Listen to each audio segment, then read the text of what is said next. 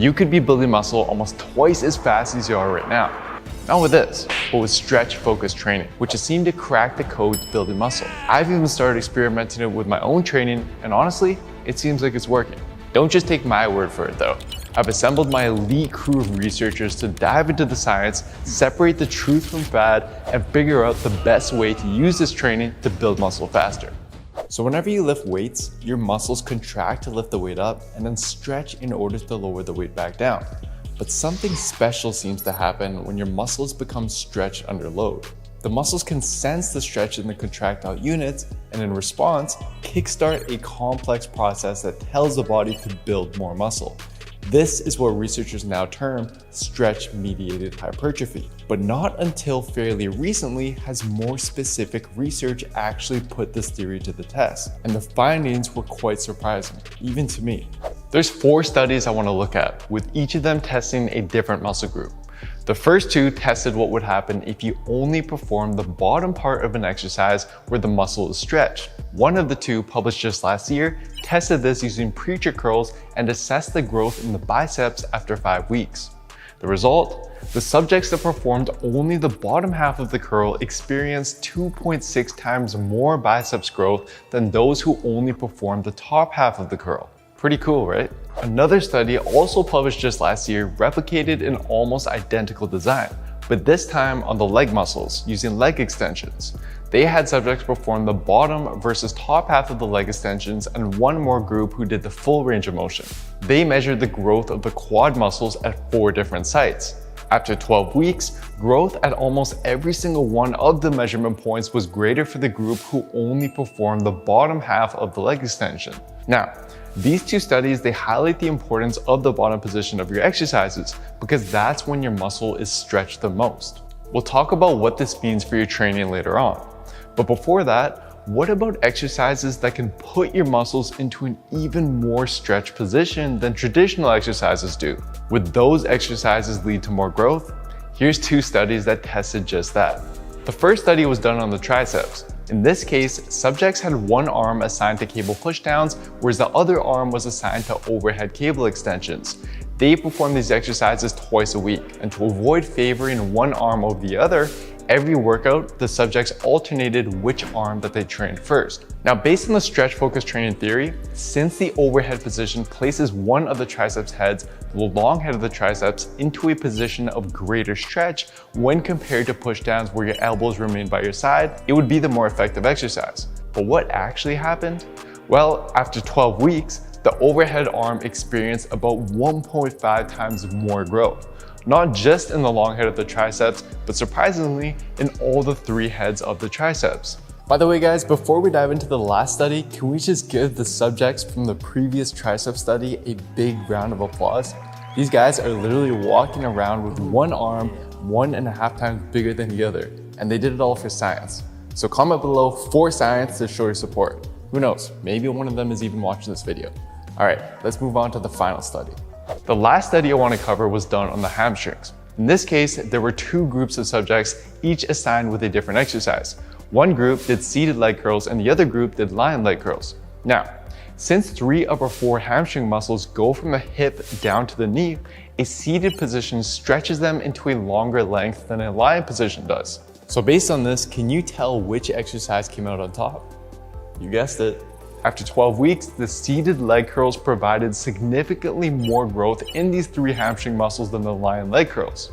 All right, we've covered all the research. Now let's dive into the practical. How exactly do you go about applying all this to potentially speed up your gains? Easy. There's 3 training tips that I have for you. But before we dive into those tips, I do want to mention that science is always changing and evolving, especially in new fields of research. As of now, I do believe there's sufficient evidence supporting what I'm about to share with you, at least enough to start experimenting with it, especially because there's no real downsides to them. But as someone who appreciates science, I must also be willing to be wrong and change my thoughts when new science comes out. So we'll see how the science develops in the next few years, and if you give me a follow on Instagram, I'll keep you guys updated with new research and my personal results. But for now, let's dive into these tips.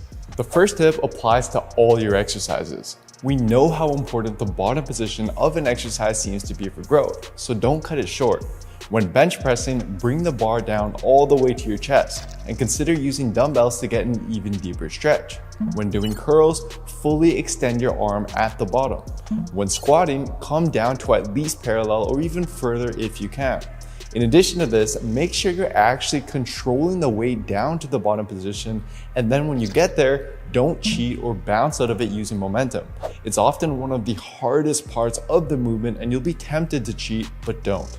Control the weight and remember that is potentially the most important part of the movement for growth. The next tip has to do with your exercise selection. To be honest, you don't need a bunch of special exercises that will provide more stretch-mediated hypertrophy. You're already doing them. The tried and true exercises like bench press, curls, and squats, they all put your muscles in a deep stretch position given that you perform them with a full range of motion.